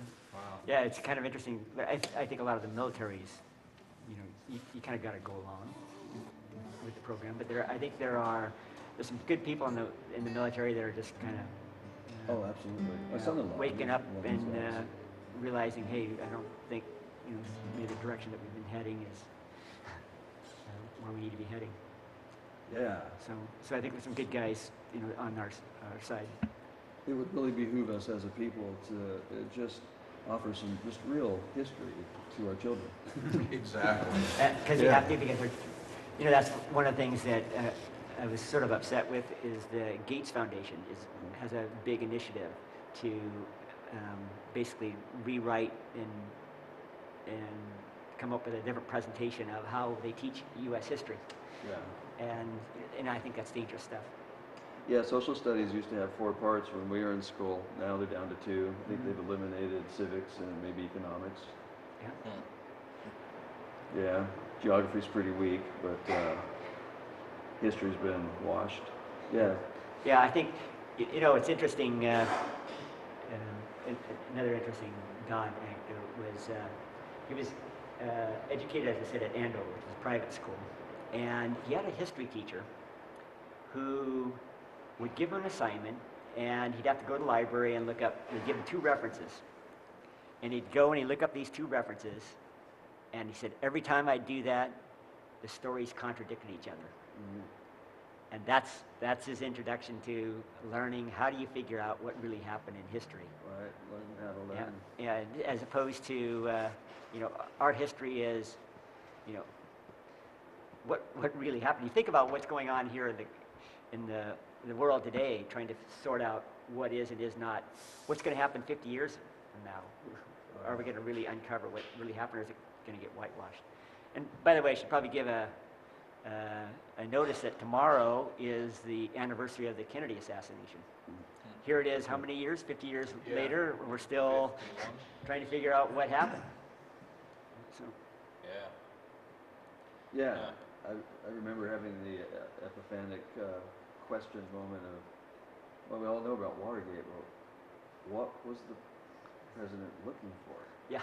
And then when we find out it was his campaign donors from 48 on were Yep. 2 of the 3 biggest crime bosses. Yeah. Yeah, I'll tell you much. But anyway, fascinating subject. And Well, if anybody has any questions for Mr. G or Michael, please call us at 360. Maybe you should give it since you already have it memorized. I have to keep looking at the screen. 360. 693-7544 or my number. No, no. Our that's fine. number. Well, either number. We'll give ours first, and then we'll give Michael's. Or Mr. G. 693-7544. Oh my Good gosh, you just made me look horrible. I just read it on. I've been giving this number out for 4 shows now, and I still don't have it memorized. I'm gonna get it tattooed right here, so when you look at me. So I'll look at you? Okay. And it'll just appear to the audience that we're staring lovingly into each other's eyes. There we go. Hey, I think we got a problem, one of the guys in there, we got a problem with the mic over here. It's slowly hanging down. Which In mic? front of Mr. G. Yeah, the fourth mic. Oh. Yeah, that's, we just saw that mic. We're not picking you up very well, I don't think. Jesse? That's right. I don't have much. I don't know. Anyone in the booth know if we're getting good pickup on the mic? Okay, it sounds good, Leah said, so. Because nobody's listening to us. No, she just said it sounds good. Okay. She gave me the thumbs up. Okay, cool. Michael, you got another song for us? Oh, I have all kinds of snippets of songs. Just give us I'll some just do a snippets. soundtrack to you guys talking. Yeah. Need some drinking music. Good job.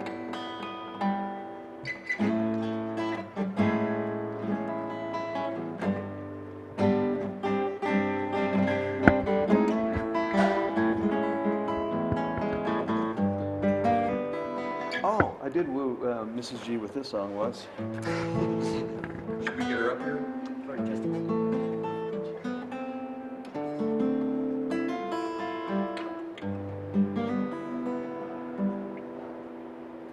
Maybe I did. She left.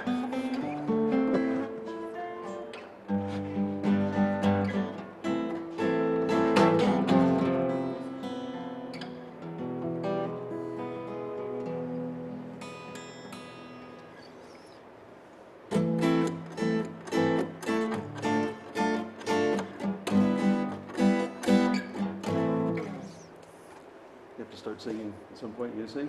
No, go ahead. There are no words to it. You'd have to make them up.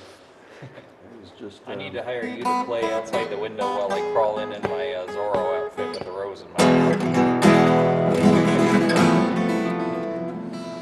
Yeah. There you go. Well, does anybody out there have any questions? Go ahead, Carol. Yes, I think it would be appropriate for you to share your vision of why you want to do this underground show so that the viewing audience understands that. Oh, okay. Well, the vision for the Underground was kind of Adrian's eyes, both vision, and that was just to basically have just kind of a round talk like this and just kind of make it relaxed, kind of like a guy's night out, hanging out, you know, at the bar, just kind of just talking and Yeah, just whatever comes up, you know, Yeah. whatever topic happens to come up that night, you know. And that offer extends to the audience at home too. If you have a topic you want to discuss, call up with it. yeah.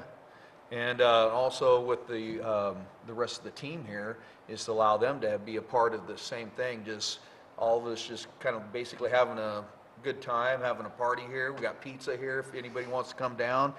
We got drinks, whatever. But it's mostly just kind of get together, just be relaxed, and you know, yeah. Yeah, I mean, I've never done anything like this before, but yeah, that's why I don't perform. It's just gigging is just not relaxing. It's but this is really relaxing. This is pretty fun. Yeah, And we're teleprompter free. yeah. I think Unrehearsed. They can tell. They can tell. I did find some open source teleprompting software we can use, so if you want to go on teleprompter, we can. Yeah. Hi, audience. How are you today? Sue, did you have a question? Yeah, I'd like to ask Mike on the guitar here. So you mentioned about teaching your students pitch, correct pitch. I don't know a correct or incorrect pitch. How would you do that? Well, lots of ways. Do Come on, it. Sue. Do it. Yeah. Hand it to me. All right. All right, so do you play it all? No, I don't. Is she Oh, left-handed you or can right? come up here. Yes, I'm right-handed. Oh, flip it over. Really? Yeah. Is that right? I felt right. Yep. That's right. Okay. Okay. All right, just put your finger anywhere and play a note or play one of the strings open. Hey, Sue, why don't you What's just come out open? here? Here. Come up on the chair. Up on the chair. Yeah, better lighting out there. Okay, better lighting. Have you ever played the guitar before? No. It's right Perfect. there. Okay, so just pick any string, just, you know, any one Okay. you want. Okay, just one at a time. Okay. Pick just one. You Oh, you- do I you have you to? find Is it possible you can kind of sit over there so we can get both of you Oh, guys? yeah, yeah. There you go. I want to be an interesting student. So remember your question now. Okay. About pitch, right? Okay. Hum that note. Oh, There, okay, you got it. Now, hum something that's off, that's not that note. And take, so you would be easier to work with because you could tell when you're singing on or off pitch. That's what I meant. well, I didn't understand when I had correct that was correct. I don't know. Oh, well, let's do it You again. said it was correct. Try that one. Eh, eh. So you knew it was off, I could see.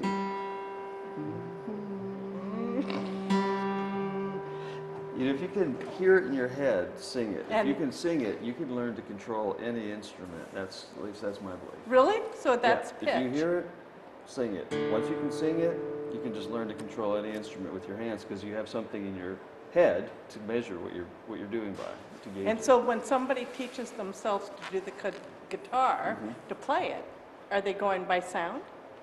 Yeah, sound, usually trying to match an artist's song that they like. Rarely do people just kind of get an instrument and play it without having an idea that they want to sound like someone. I used to sell instruments at a place in Portland, and Portland Music Company. And people would come in sometimes with amps and guitars and certain pickups all written down and saying, you know, what would this cost for this package? Uh-huh. And then I'd say, wait a minute, this looks familiar. This is like Stevie Ray Vaughan's setup on, you know, like the second album. And they'd say, yeah. And I'd say, why do you want this? And they'd say, well, yeah, because I like the sound. I go, because you want to sound like that? And they go, yeah. And I'd say, okay, what are you playing on? And they'd tell me their system. And I'd say, so if Stevie Ray Vaughan comes to your house, is he going to sound like you? And they were like, no. And I go, why not? And they go, because he's going to sound like Stevie Ray Vaughan. Well, yeah, on an acoustic guitar, he'll sound like Stevie Ray Vaughan. So it's not the gear, it's the hands. So if somebody like starts to teach themselves, what usually happens is they plateau and they learn just a style, or they learn just so many chords, and at some point they start writing, it all kind of starts to sound similar because they just plateaued before they really understood music. They learned the instrument, how to control it to get a sound that sounded like a part of, you know, a song. Does that answer your question? Kinda? Sort of, yeah, but there's a lot. So are they different size guitars? Yeah. This seems really big for me. Really? This Yeah, one it's would not probably yeah. Yeah. That Yeah. or I'm holding it wrong. How do I snuggle it? Can you teach me? There are 3/4 size guitars, and some people hold it, you know, like the Burl Ives holds it kind of straight up. Some people kind of hold it down. The main thing is in the beginning, it's odd. You're going to be wrestling, and at some Yeah. point, instead of wrestling with it, it's like you're dancing with it. A shift happens, right? It's just really about making neural pathway Okay. development to your Okay. hands so they become natural. Once they become natural, and so we have exercises to speed that process up, then you're not encumbered because your hands aren't going where your brain's telling them. Okay. Then you can really focus on the sound more. Okay. Yeah. So, okay, the way I picked it up and hold it, what are you going to tell me about it? Okay. Put this finger right Way here. up there? Right. I can't see it, so. Right there. Yeah. And strum the high strings. Which is the high? Yeah, this is string 1, 2, and 3. Oh, you don't want those ones for that chord. But that's actually a C chord that way. It's a single finger C, but it's a C. You're playing a C. Well, good for me. Behavior is E minor. We go, My first lesson. that was your intro to the lesson. Oh, okay. What was mine? Sing us a song. Yours was E minor. Oh, no. You got I a way don't- better grade than I did. I so- don't sing, nor do I play, but thank you. Oh, that was great, thank you. Now, sometimes, I specifically have one small student who wants me to grade her, and sometimes she'll get an A sharp. That was the best grade, but then we realized that the G was probably a better grade, so sometimes she gets a G. She came up with it. I think we have a question. Yes. A couple of them. I've already asked one, go ahead. Okay. So my question for you is it better to learn by ear or by sheet music? Like, what do you think is more effective, or do both work just fine? That's a great question. The short answer is whatever inspires the student to pick up the instrument is going to be the best in the beginning.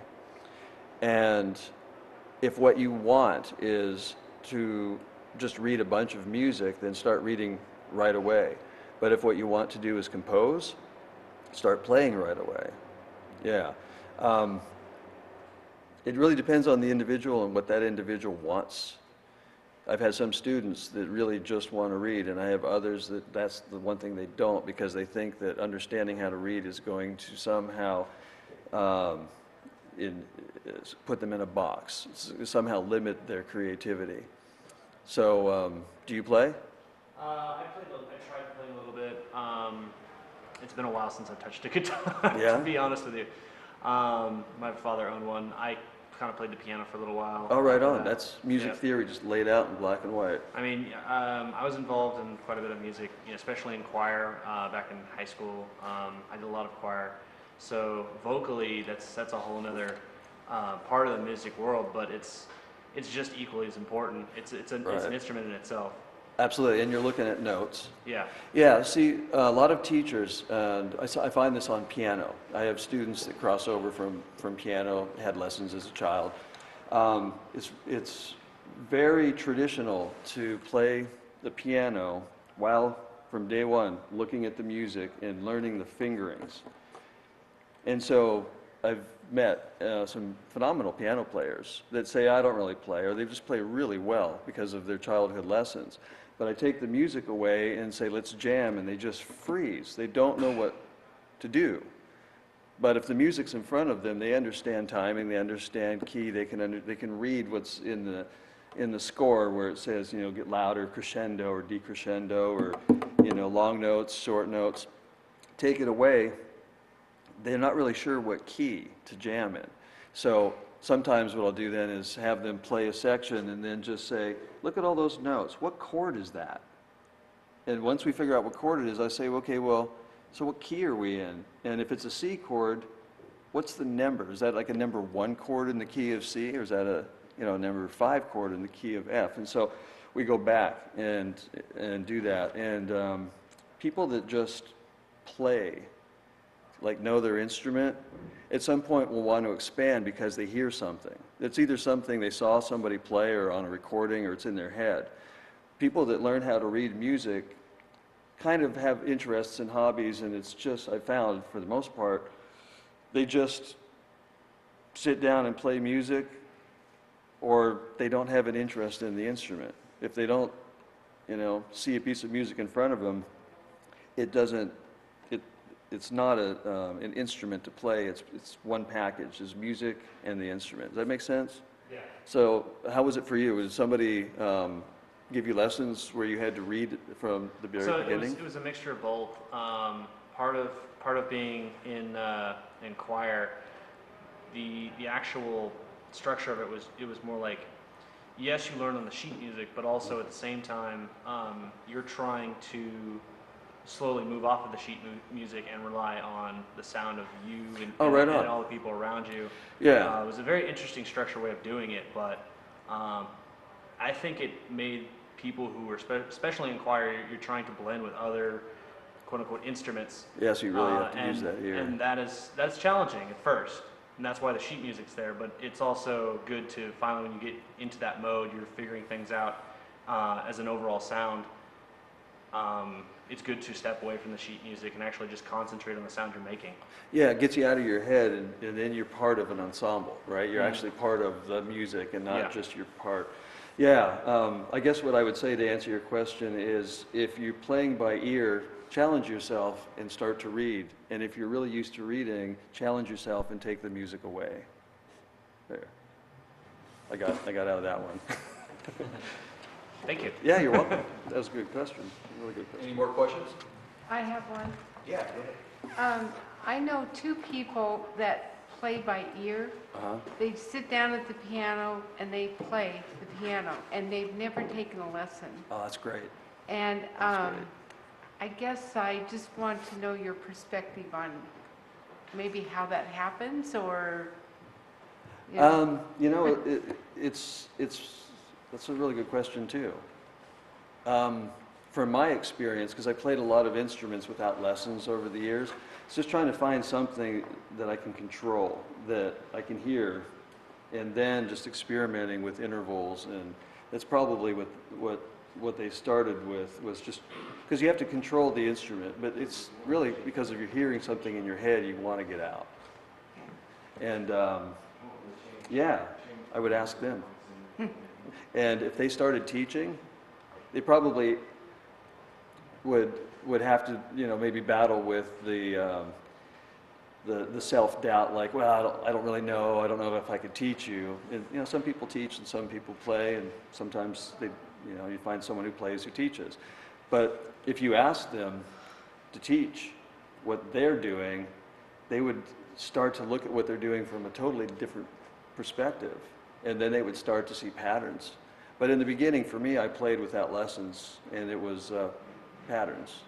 And then watching my friends, and then watching, you know, just looking at pictures of people, you know, like watching Eric Clapton or Jimmy Page's hand in a photograph, or, you know, any of those guys that were around, and then trying to get my hand in those positions. And after a while, you find that, especially singer-songwriters, just kind of fall into patterns. You know, like if you want to, back when I was learning, we had, you know, the record, and you put the needle on, and then you put the needle on, and put the needle on, until you finally figured it out. It'd take like 45 minutes to learn one song. It'd take a half an hour to 45 minutes to learn the rest of the album, because the singer-songwriter, there's a kind of a code. Like half of the album's probably going to be in the same key, and the other half's going to have similar chord progressions in a different key, a really closely related key.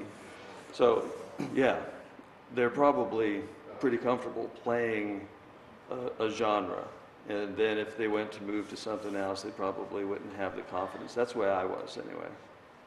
Really comfortable with one genre, and anything else I would just kind of avoid until I started teaching, and then my students had interests in those genres, so I would kind of take it on. But I don't know, does that answer? Yes. Cool. So Michael, can Yes. you give out your phone number one more time? Sure, 360-852-0562. And your address? 508 Washington Street, Vancouver, 98665. And what is your hours? By That people can appointment, walk in. but I'm there Monday through Saturday. Most of my students are full-time. I offer packages of 4 lessons, and the 5th lesson's for free if you buy 4. Most of my students over the age of about 10 are hour-long individual lessons once a week, and we just set a time that fits in the schedule and it reoccurs. But I did yoga for a long time, so I'm flexible. But thanks for asking that. Yeah. I wouldn't have thought about that. Well, we're getting down to wrapping this up. Did you have any closing comments? Thank you for having me, and this is fun. This is Oh, you're really- welcome. Thanks yeah, for coming. Yes. Absolutely. It's also really educational. Yeah. Michael, you have any closing comments? No, just I'd like to thank everybody for supporting FETV, and especially thank you to our studio audience who Yeah, thank you guys. and tickets are not expensive, so you know if you want to be part of our studio audience, just show up, and we give free pizza. Yeah, free pizza. Yeah. So anyways, it sounds like we've got a phone call in here. All right. right. Just came in. They're really cutting it by the bell. Let's see. Yep. We might have to do an overtime. Hello, you're live on the Underground. Oh, okay, great. Yeah, well, I was just thinking of how your show ties together. You've got, the first speaker and then the musician. And it's just interesting because the first speaker was saying, well, these people are getting closer to what they want. And, we're seeing how we're eating this GMO food and the toxic effects it has on people and stuff. And then also in your program, we're just seeing this human brotherhood going on, just exemplified on the show right now.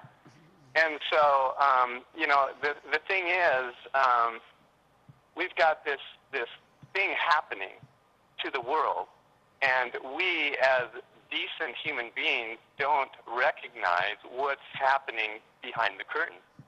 And so how are we going to make this connection with normal humanity into a new kind of action that needs to take place to stop this? And what occurred to me is he just said, the musician, I'm sorry, I don't remember your name, Michael? Yes, they're all Yeah, Michael. we got three They're Michaels all here. Michael. He used to That's a good practice guess. yoga. And I'm thinking, okay, there's this divine intelligence, or whatever you want to call it. There's an intelligence that makes this whole universe function. It's intricate. It's awesome. And how are we as individuals going to tune into that? Because if we do, it's going to override this evil that's trying to manifest amongst humanity. And I can just, what comes to my mind is, of course people want to believe spiritually and have faith and all that wonderful stuff. But how the person themselves, we can do prayer, but there are yogic methods that people can practice that are like you were saying, like meditation, that enable a person to tune into that intelligence. And the way it does it is it frees the mind from all the static that the environment imposes on us, so we become pure consciousness. And there is a documentary that's going to be showing at Hollywood Theater on the 28th and 29th of November, 7 o'clock in the evening. And it's about just that. And I just thought, well, there's the connection for this program. The humanity, how we are going to override because it is a spiritual battle going on in the world right now. And I saw the premiere of this show, and it is awesome. And I suggest What's the name of the people show? Yeah, what's the name of the show? the documentary is a true story. So anyway, it's called Awake. Adrian, ask him. What was the name of the show, sir? Awake. Awake? Awake. Yeah, it's at the Hollywood Theater, November 28th and 29th. Okay. Ask him what his 7 name is. o'clock What's the in caller the name? evening. Yeah, what's your name, caller? Bob. Bob? Yeah. All right. Well, All right. Thanks for the show. I really enjoyed it. Yeah, thank not a you, problem. Bob. Thank you. Uh-huh. Have a good night, Bob. You have any comments? I think we're over. That's all right. time. We're going to do a little bit of overdrive. overtime? Here. Yeah, we'll just do a few minutes of That's what I like overdrive. about public access. We're flexible. Yeah. So what do No, you think of that? I actually appreciate that. I think, especially as we move forward, we can talk about all the horrible things going on, but I think it's really people bonding with family and friends and connecting that's really making the difference. I think we have some rough times ahead, and that's why I think it's really important to start not just with your families, but also your close friends, as we just kind of bond together and move through this. Long term, I think we've got a wonderful future, but we probably have some things that we're going to have to deal with. And I think we don't want to go through it alone. You're not alone. Michael, what do you think? Well, exactly what Mike said. I don't remember who wrote it, but I read it. It said, individually, the future looks pretty bleak. Collectively, it's pretty promising. Well, I don't mean to bring this up, and if it's too personal, Mr. G, then it's okay if you deny or don't want to say anything. But you had some health problems, and you kind of turned your situation, you're running out. But, you know, it was really interesting that the things that you had to tell me about how you kind of went from one arena to the next arena, and just in your health. Right. And how you kind of changed your diet and stuff. And I know a lot of people are having problems with their health, and a lot of it has to do with this GMO stuff. It's really affecting a lot of people's lives. Right. And like the interview with Parker Truax, he was bringing up the Ebola. Well, a lot of these symptoms are just because of all the food, the GMOs that we're taking is breaking down our immune system. It's just breaking us down, you know, our bodies. And this Ebola, we need to really get back to, how would you say it? You'd probably say it better. The terrain inside is how we metabolize, how we assimilate, how we eliminate, right? And yeah, when we have two systems in our body that really maintain harmony or really wreak havoc, and they are in constant contact with the outside world. One is our respiratory and the other is our digestive. So in Chinese medicine, and this is what I've learned over my healing, right? Is in Chinese medicine, there's organ group connections, the intestines to the lungs to the skin. Yeah, that's like one unit. So the more we learn about what we're putting in, if we start to clean ourselves up, there's a lot of detoxes out there. We have to stop introducing the toxins as well. And so there's hybridized foods and genetically engineered or modified. Sometimes they actually have a pesticide that's in them. So our body doesn't recognize it, and it goes to store it, and it bubbles up all this stuff until it just stores it away as fat. So then, we start putting on weight and being swollen, yeast belly and all. When we start to lose weight because of the new fad, because we have to look a certain way, but it's really about feeling a certain way, we start to release these toxins, and if we're not educated on that, and the problem over, one of the issues over long term is a lot of the allopathic conventional medical community just didn't spend time studying the nutrition piece, and it's being introduced. There's a lot of wonderful people. When people wake up, they generally just want to do well. It's really, like you said, Michael, relationships, just starting, families, village. Looking out for each other instead of ourselves only really makes us healthy. We look out for other people. Carol has a question. I have some notes I downloaded from a website, divinecosmos.com. That's David Wilcock's website. And I was reading over the things I might want to talk about tonight if there was room for it, but I found it very interesting how what he says here in just a few short sentences ties together both of the discussions tonight.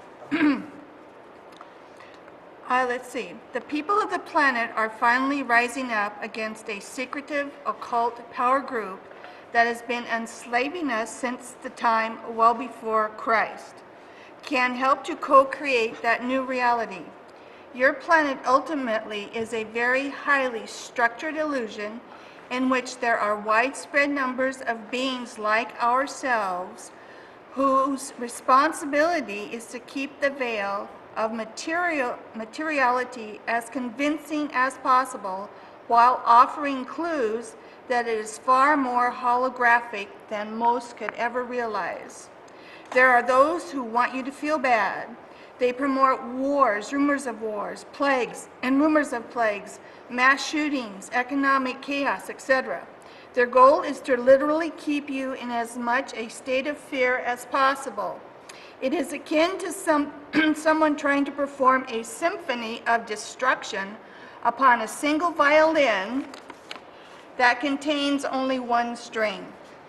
More and more you are learning to tune out the cacophony of fear. And like a heroin junkie, the cabal is fighting back by attempting to amp up their responses as much as possible to get another fix faster and faster each time so that no focus is broken and that fear continues to be the dominant nerve jangling note that is played on the global stage. Good eyes. That's a I little know, that's different. amazing. So I just want to remind people, when you come into fear, and fear can manifest in many forms, there's a practice called fearless forgiveness. Anything that brings fear to your mind needs forgiveness. Just forgive it, don't justify it, don't try to understand it, but that will help bring you out of being encased in that fear and seeing through the illusion that has nothing to do with what the divine plan really is for your life. Good job, Carol. Love and fear can't occupy the same vessel. Fill ourselves with love. That's it. Exactly. So you got something to play take- for us and to take- kind of to take us keep out? the mood going, or unless somebody else has calls in?